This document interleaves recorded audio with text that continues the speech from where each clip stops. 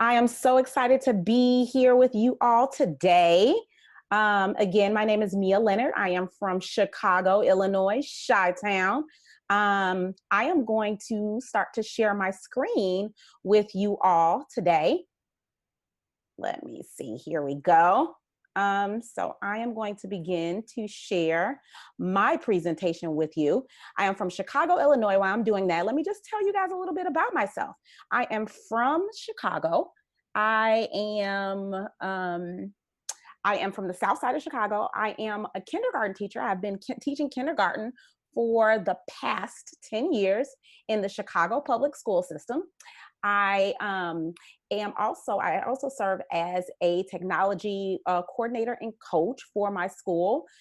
I am really passionate about equipping little ones with technology tools that let them share their voice, let them create, empower them. So I am going to go ahead and put that on full screen for you guys, and hopefully you guys can see my screen. If you guys have any questions after this webinar, please feel free to reach out to me via email, which you see listed here. We will share this presentation afterwards. And always connect with me on Twitter. My Twitter is Mrs. Leonard K. So I'm excited today to dig into some amazing tools for distance learning for our little ones. So we are going to get started by having a little Kahoot fun. We are going to play a game. So if you have never used a Kahoot with your little ones, it is amazing. It is engaging, it's interactive, it's fun. For my little ones, initially when I first introduced Kahoot to them, I actually do a game that's non-content based, just something for fun so they can get used to where to click. So I am going to actually share our game pin with you guys. So you should be able to see that now. Hopefully everybody can see the game pin. So that's the game pin for you to join. You would join at www.kahoot.it, or if you have an app, you can join via the app as well. So while we're waiting for players to join, I'm just gonna share a little bit about how I use this in my classroom. So as I mentioned, when I first introduced Kahoot to my students, especially virtually, I do a game that's non-content based. Okay, I see we have some people joining us. Something that just allows them to easily have fun, answer the questions, but we'll get them used to, how to respond, how to choose answers on their device. So there's two ways that you can do this. Students can do this with two devices. So they can have one device to kind of view the questions where you would share your screen. If you are in a remote learning situation, you can share your screen with participants, and you can also share the link via the chat of whatever video conferencing tool you're using, whether that's Zoom or Google Meet. Or also you can just have you students use the link on another device, which you can share the link via your Google Classroom or Seesaw or whatever learning management system. Or with the little ones, it does take a little bit of practice, but they can get it. They can toggle between two tabs. So I see people go ahead and joining us today. All right, we have Sky, we have Martin, we have Mona. Come on in. All right. Yes. I love to run. Venezuela coming on in. So today for our Kahoot, we're just going to do something fun and light. Like I mentioned, like I would start off with kids, but you can actually do Kahoots for any and all content areas in your classroom. I use it to review content. I use it as an assessment. There are a number of different types of questions you can add to your Kahoots to adjust and cater it to the needs of you and your students. So we are going to get started with the game. So I am going to hit start here. Winner. So in third place, Love to Run. In second place, C. And in first place, drum roll, we have Sydney. Awesome job, everybody. So that was fun. I'm glad you guys got to experience a Kahoot firsthand if you haven't before. So I am going to jump back over to my presentation here, and we're going to jump right in. So now that we've had a chance to play around with Kahoot and experience the game, we are going to get into the purpose of our webinar today. So we are going to be discussing some cool and some of the my favorite tools for distance learning with little ones. As I mentioned, like I am really passionate about empowering my little ones with technology, especially in the age of remote learning. It's very important that we find just the right tools for our little learners, tools that they can easily access, tools that are engaging and fun and that allow them to easily manipulate and create, allow you to create or disseminate information to them. So today we are going to discuss 3 of my favorite virtual tools for little ones to use during distance learning. So one of them is the Bitmoji Classroom. And I know you guys have all heard of the Bitmoji Classroom craze. However, we're going to talk about ways you can actually use that with your students. Another thing that we're going to talk about is Google Jamboard and how to engage young learners using this Google tool. And last but not least, we will be discussing Seesaw for learning. So as we go through these different tools, I'm really going to talk about how I use them with my little ones.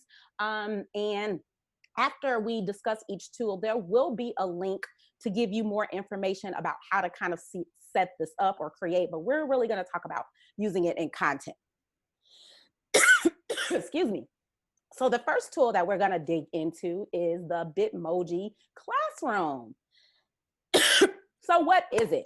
It's basically a customizable virtual classroom. It can be a replica of your exact classroom, or you can get creative and kind of make it a little bit different. It's fun because you can incorporate your virtual avatar or Bitmoji, and you can include other images and hyperlinks to videos, to other type of content. I like to think of it as a hub for your virtual learning. So how do we create our Bitmoji Classroom? So this is just a quick overview. So the first thing that you need to do is to download the Bitmoji app and create an avatar if you have never done that before. And then the next thing you would need to do is to download the Bitmoji Chrome extension to your Chrome browser, which will allow you to access your virtual Bitmoji.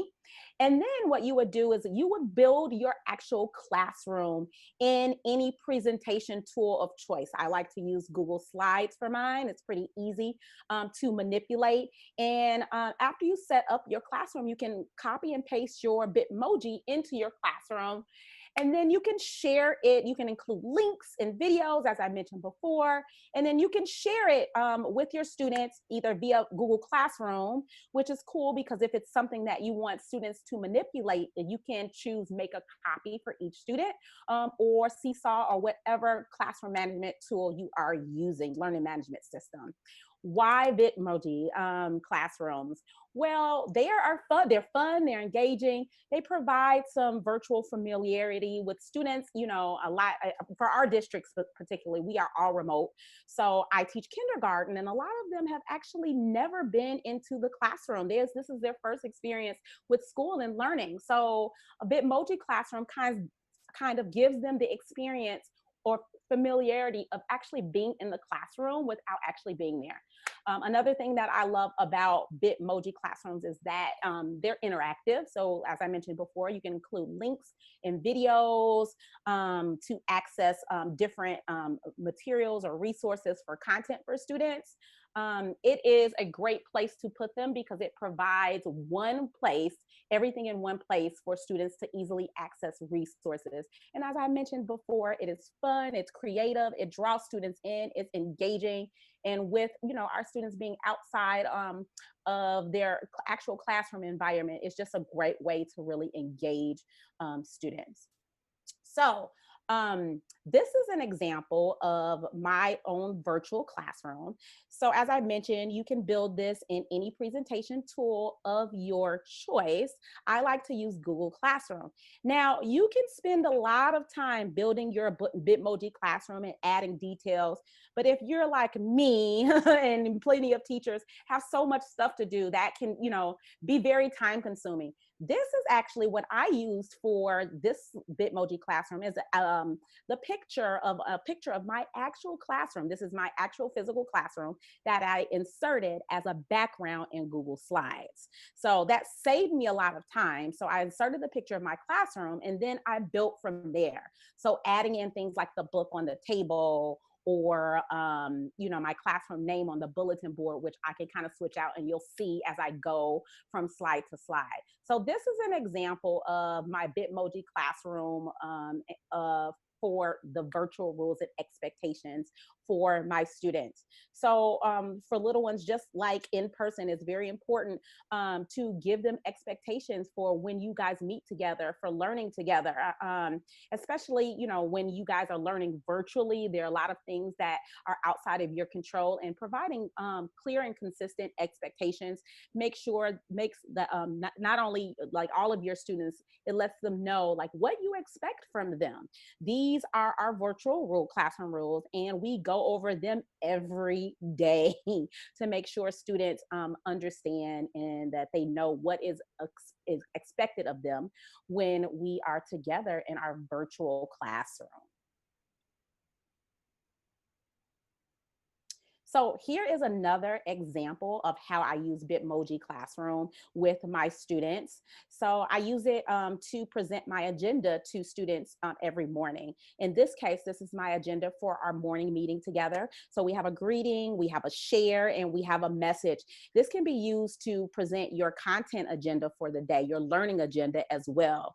And also you can use it to let students and families know what materials are needed as well for the day. So you kind of see in my, in addition to the background of my classroom, there is my Bitmoji sitting in the rocking chair. I actually added that laptop that is on my lap, and the other details in the room, the desk.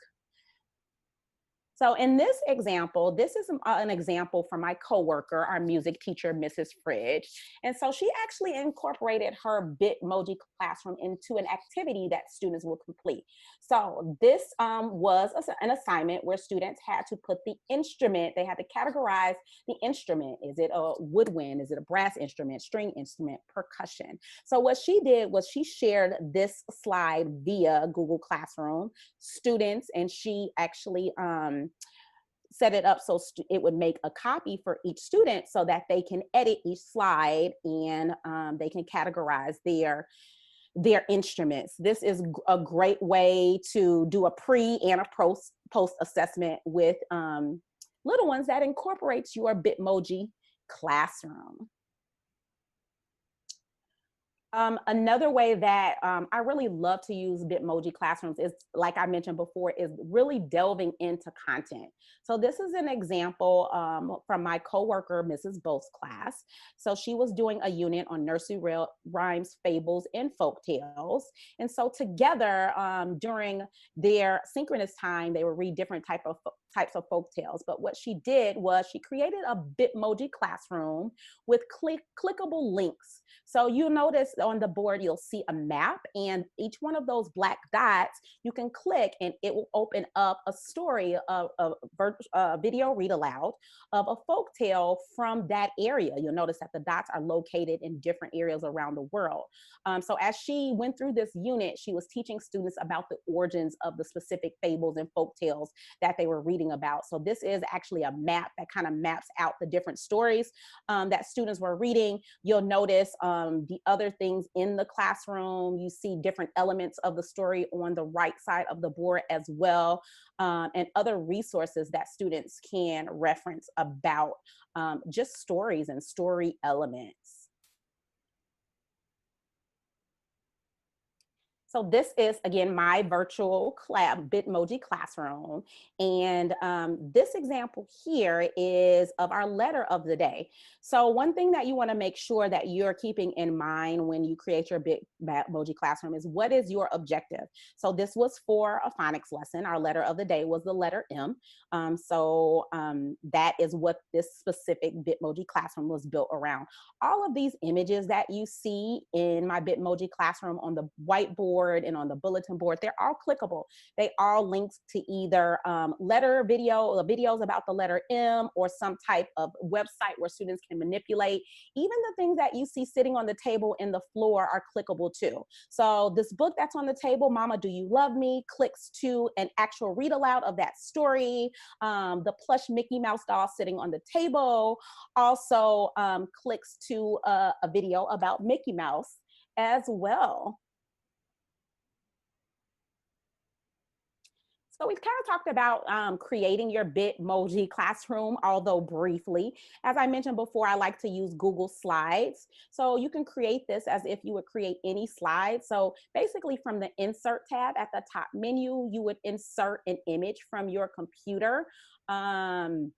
You would choose actually the image as, so if you wanted to use your classroom like I did, you can choose an image of your classroom as the background, and then you can customize as you see fit, or you could build your Bitmoji classroom piece by piece. So you can actually search within Google Drive, which is amazing, and you can search for different components of your Bitmoji classroom. You can search for a wall or a rug, and you can build that and be as creative as you would like. And then after you actually build your classroom, then you would go on to adding your interactive links.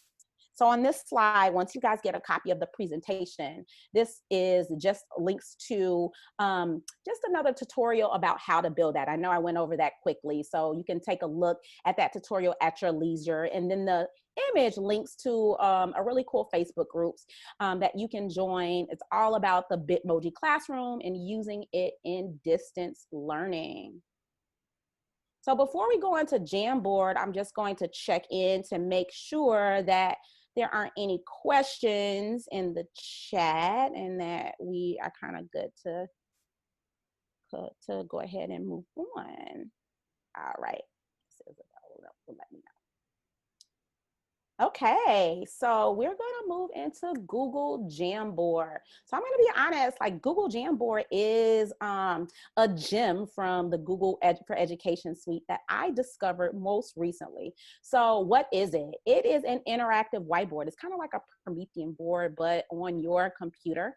It is a part of G Suite for Education. So all of those amazing things that we like about Google tools, Jamboard has those features as well, like that collaborative feature, which is one of the biggest things that I love about Google Jamboard. So it's an interactive whiteboard that allows you to use a pen to annotate. You can add sticky notes. You can share and add images. The cool thing about it, it is a collaborative whiteboard that you can do all of these things in real time. Like I mentioned before, it is a part of G Suite for Education. It is free. You can access Jamboard via your Drive by clicking new and scrolling down to more, and then you can click Jamboard to create a new one, or you can go directly to jamboard.google.com. Jamboard slaves directly to your Drive, and it can be shared via Google Classroom. You can include the link in your Zoom or Google Meet. It actually, you can create or share a Google Jamboard directly from Google Meet as well. Some of the reasons why I love Google Jamboard is because it's really simple. A lot of the features that are featured in Jamboard are found in slides as well. However, for little ones, we know that less is more. And with Jamboard, the interface is simple, it's clean, it's easier for little ones to find things. This is one of the tools that I love to use for collaboration during synchronous learning, my synchronous learning time with my little ones. We know that for little ones, that manipulation is so critical to helping them kind of really dig deeper into content and to engage them in learning. So Jamboard allows students to actually manipulate. It can be used across any content area, and like I mentioned before, it is free. So let's get into some examples.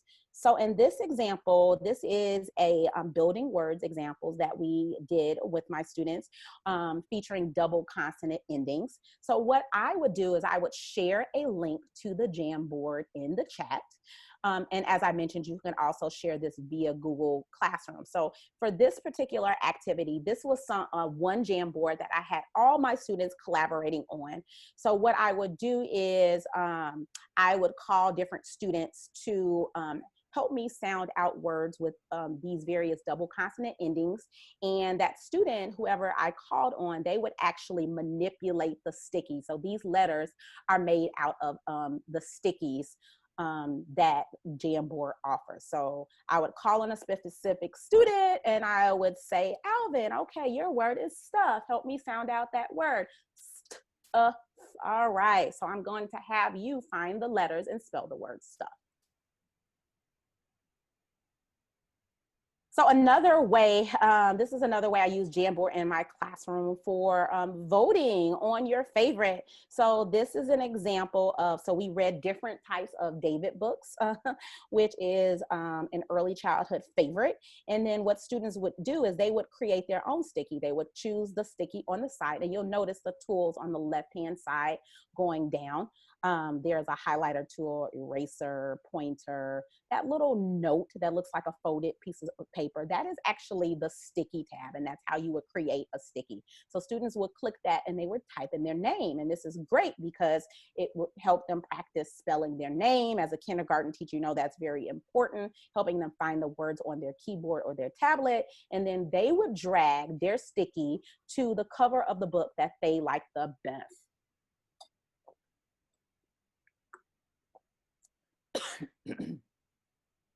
Another great thing that you can use Jamboard for is for checks for understanding. So this is one I did with my students using my Bitmoji, a simple thumbs up, thumbs down, but there are tons of other ways that you can use Jamboard as a dipstick or a check for understanding. You can do 4 corners where you can have a letter or a number in each corner of your Jamboard, and you can have students, you know, type their name in a sticky and move their name to what other corner, the corner that best represents their response to whatever question that you pose as a result of the lesson. So these are cool. Students can manipulate these stickies. They can move them around. And another thing that I love about the Jamboard is that they can be used over and over again. You'll notice at the very top, you'll see a 1 out of 1. You can add multiple pages within or multiple slides within one Google Jamboard, which is a feature that I absolutely love for Google Jamboard. So this is an example of a math Jamboard that I created for students. And in this example, students have to put the numbers, as you can see from the video, in order from least to greatest. And one of the cool things about Jamboard is that you can use it to take it up a notch. You can use it with a screencasting tool like Screencastify, and you can have students actually screencast as they manipulate and put the numbers in order, which would actually give you a glimpse into their thought process, to their work process. So this is, you know, an example, obviously, in math, but this type of sequencing activity can be done, you know, in reading. You can use the images as opposed to stickies, images from the story, and you can also have students sequence those as well.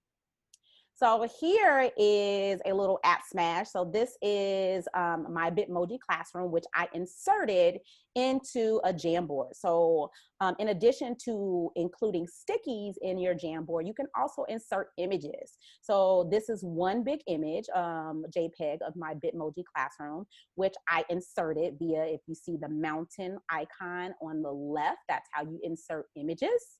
And I just expanded that to cover the page as the background. And so I do this every morning for our morning message each morning. And so I'll have one of my students, in this case, you see it was Heba, read the message. And then afterwards, I'll have students find our sight words for the week in our message. You notice that our sight words are in yellow. And I'll call each student. I've shared this Jamboard with them. I'll call on individual students to circle words in the Jamboard. This can also be, you can adapt this to pretty much anything. You can include some text. You can have students highlight rhyming words. You can include a written story and have students circle the story elements within the story. You can use this to highlight and to go over concepts of print. You can identify punctuation. The possibilities of what you could do in terms of annotation with the Jamboard are endless. Like I said, I love it because it's fun and it's interactive.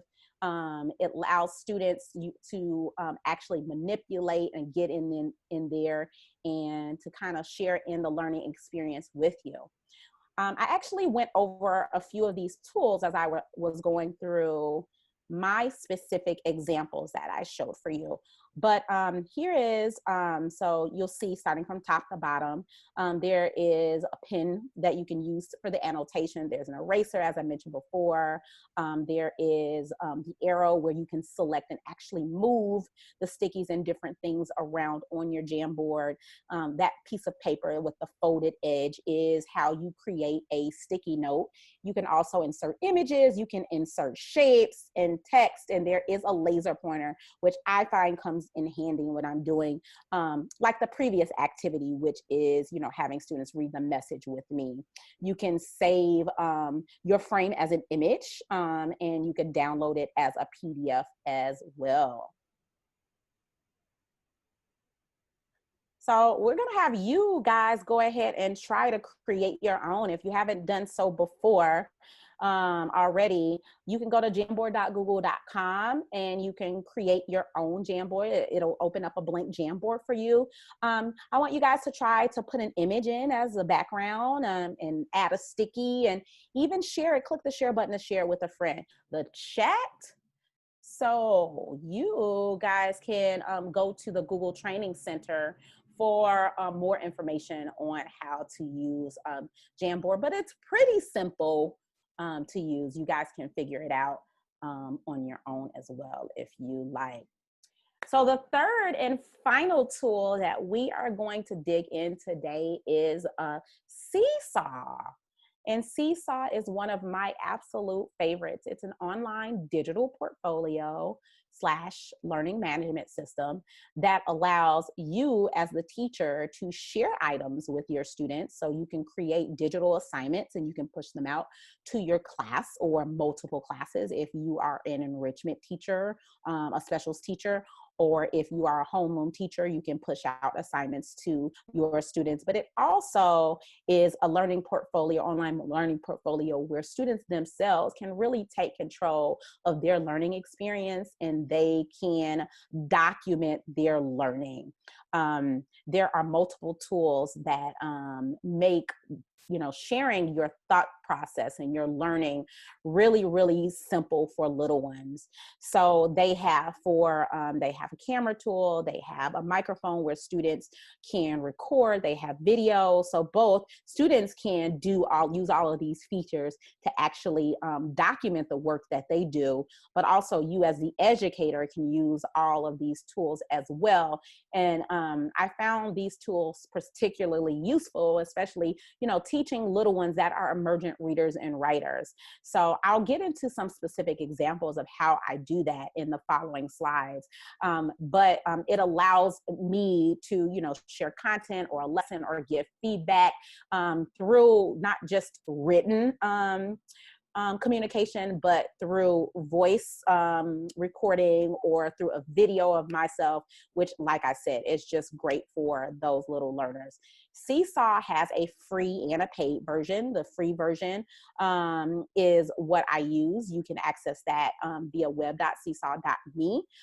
It's pretty simple to set up. Once you sign up for Seesaw, it'll prompt you to create your class. You can add students' names or you can upload those names from a list that you already have generated. And then once you do that, you'll select your grade level and you'll be ready to go. So in Seesaw, you can create what's called journal posts. So those are activities or videos or messages that you would create and deliver to your students. Or it could also be some sort of assignment that you would post for your student to create within Seesaw. So some of the reasons why I really, really love this tool is because it allows both teachers and families to work together. It allows you to easily integrate their home environment. One of the reasons why I love it is because it allows students to demonstrate their understanding in multiple ways. They can take a picture, they can create a video, they can draw on top of that picture or that image. All of these things really allow for a deeper reflection from the student's standpoint, and it gives you a glimpse inside of their thought process. And it is interactive and really, really fun. So we are going to go into some examples of how I use Seesaw in my classroom. So one of the keys to making virtual remote learning, like really creating really rich virtual learning activities, is incorporating students' home environment. That makes for a very powerful remote learning or virtual learning experience. So one of the things I like to use is to use the activities feature within Seesaw. So as I mentioned before, there's two ways that you can post. You can do a journal post where you just post on the journal feed, or you can use and create an actual activity. The thing that I really love about creating the activity is that it allows you to give students step-by-step instructions, as you see here in this example. And also you can save that activity. It allows you to save that activity. It allows you to assign it to not only that class, you can assign it to multiple classes. So for example, if you are an art teacher, you can assign your assignment to multiple classes. If you are a co-teacher in a class, myself and my grade level partner, we've added each other as co-teachers in our Seesaw classes. And creating activities is great because, we teach the same content. So, I might decide, oh, this week, Mrs. Porter, I'm going to do the assignments for math in Seesaw. If you do the assignments in reading, and we can share them with one another's classes. So kind of digging into this example, this is an example of a shape hunt. So in this assignment, students would look for shapes around their home, like circles and squares. And you can see here the directions for this activity are spelled out. I love it. You could use emojis. So number one, look around the room, see what shapes you notice. So incorporating emojis for emergent readers. And also, Seesaw kind of has a cheat sheet of these codes that you can enter that will create icons of the different tools that Seesaw offers. So anytime that you or a student wants to respond, they have to click the Add Response button. So you see that icon is here because I put in a little code, which I will share with you as well after this session.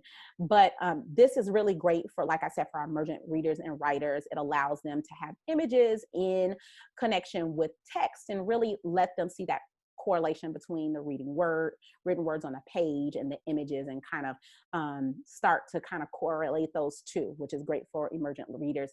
Another thing I like about creating Seesaw activities is it allows you to include an example of what you're looking for.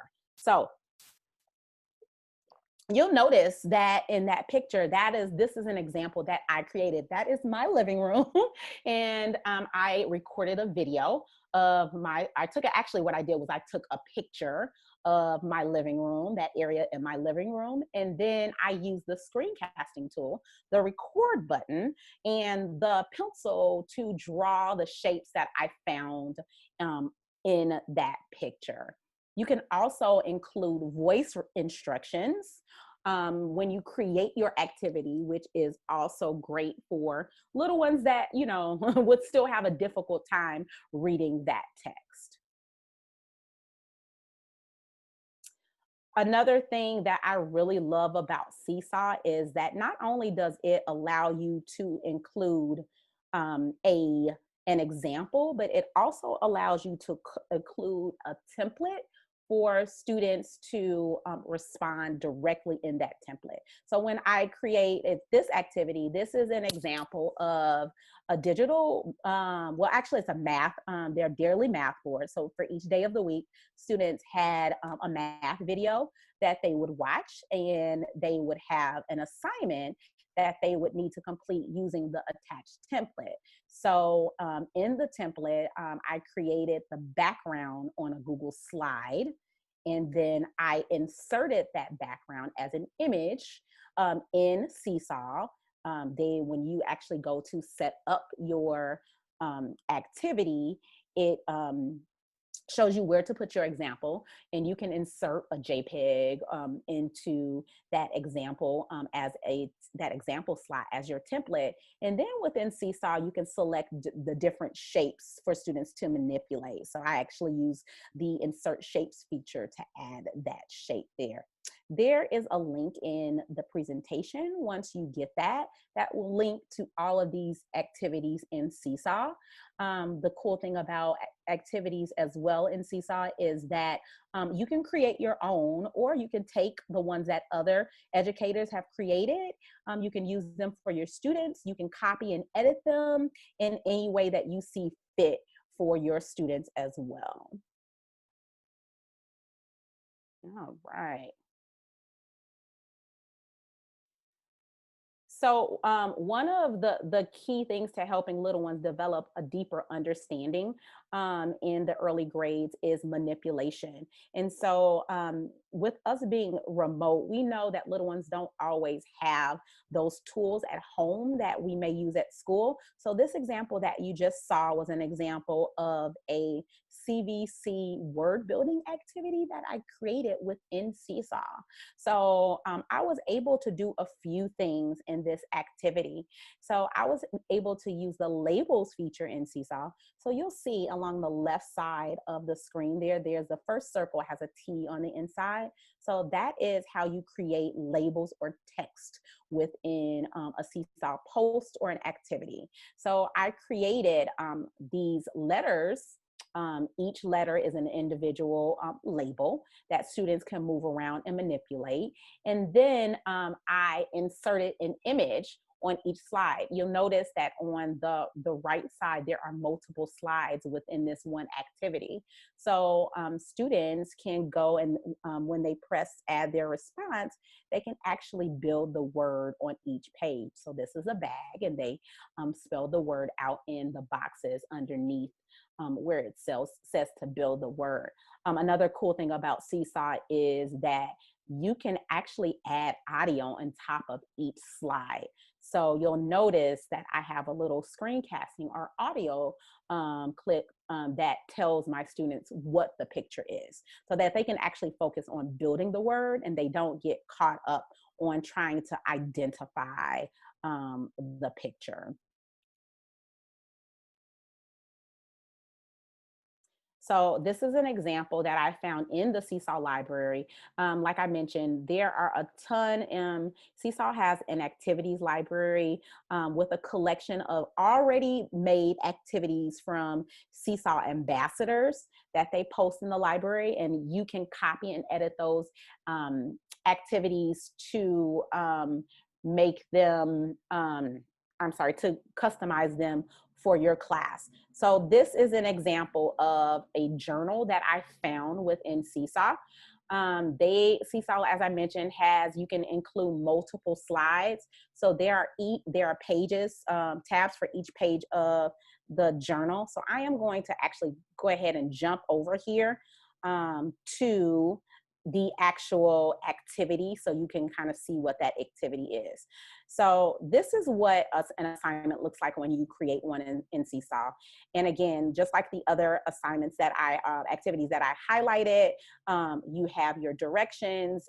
This one I have voice direction as well. And there's a template that you can include for students to edit. Let's see if I can open this up. I don't know if I can, since I'm not actually in my Seesaw account right now, but let's see if I actually save that.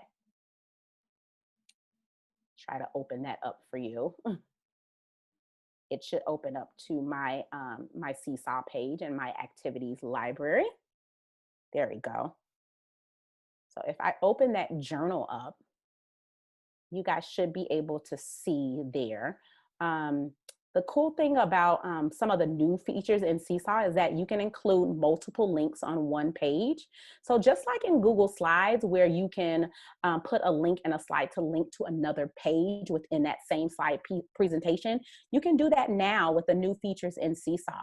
So if I click this link right here next to the green Skills tab, it would open up to that page on skills. So this is one thing that I really, really love about Seesaw for little ones. So not only can you include multiple links, so here's a link on the journal that would take them back to the home page, but also there is a link on this page to a video that supports the content. So this, as I mentioned, we teach a letter a day, and here is a video to the letter of the day.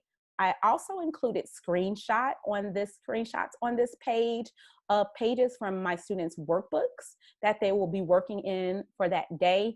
And then in addition to those links, what is also really cool about this for little ones is that you can also include a set of video directions. So underneath directions, that's a video of me actually modeling for students how to complete the assignment. And then this arrow, this green arrow at the bottom of the page, clicks to the next page where they would actually upload their work after they complete it. So you can see if you go through this journal, it's set up like that on multiple pages throughout the journal. You can include directions and links. And also another really awesome thing about this is, as I mentioned, this is how kind of I had students keep track of their synchronous and asynchronous learning. So if we would do an assignment together, they would have to post that assignment so I can get an up close look at their work. But if this was an async activity, they would have to, for example, this page, they have to watch this story lesson, and then they would listen to my directions first, obviously, watch the lesson, and then they would put their response on the following page. So, with remote learning, it's not as easy. You don't have the children in front of you to actually kind of go through their work, but this is a great way where you can keep everything not only in one place, but you can take a closer look at the things that they are doing since they aren't actually in front of you. So I'm going to jump back over to our presentation. So here's another example or way that I use Seesaw in my classroom. I do this when I'm in session with students and during remote learning as well. So as I mentioned before, you can include multiple links on the classroom. So one of the things that you as a primary teacher probably do in your classroom is you guys do guided reading groups or small group instruction or daily 5. So this is a great way to kind of manage those centers or those learning groups. So my groups, they're named after different types of fruit, and you'll see the students' names here. And this is their learning menu for the day based on whatever group they're in. So you'll notice that the apples are working on the short A. So they have the option to click on the video and then complete a follow-up activity in Starfall. You'll notice that the bananas are working on short E, and then you'll notice that the grapes are working on the silent E. You can include multiple links to give each group more choices or more content to explore. And this is all housed in Seesaw. You can also include a template for them to do some type of follow-up activity directly in the app. So it keeps everything within that app, which is great.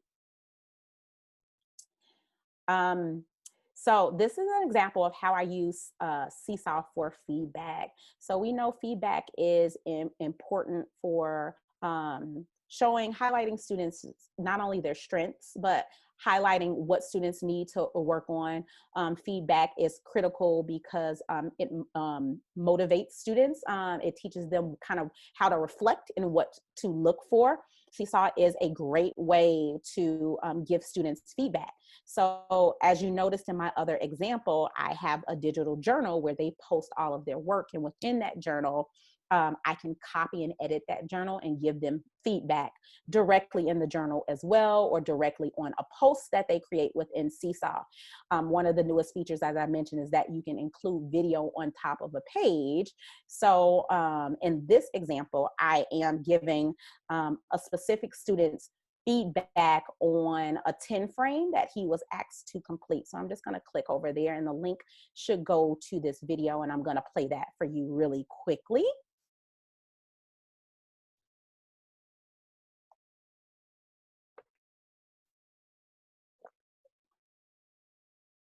So on this first page is the assignment that the student completed. The assignment was for the students to put a dot in each box of both of the 10 frames and record themselves counting to 20. So you'll see here that they were able to mark each box as they counted. However, they did not do the recording. So on the next page, I copied their work and I added a page for feedback and for them to actually redo their work.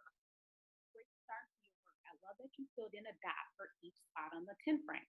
Now I need you to go back and redo your work.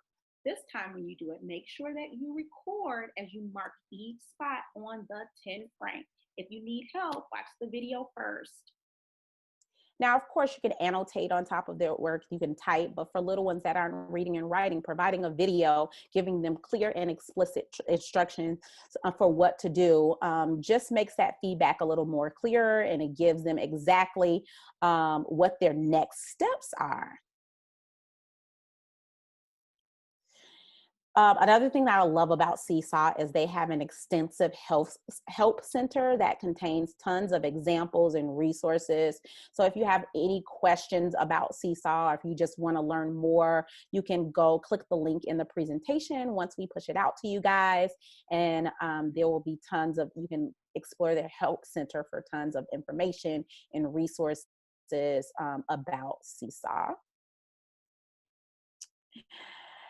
So those are all the digital tools that I love to explore in my classroom with my little ones. Feel free to reach out to me via email. We will be sharing the presentation with you, which contains my email information, JamilaLeonard@gmail.com, or feel free to follow me on Twitter, Mrs. Leonard K.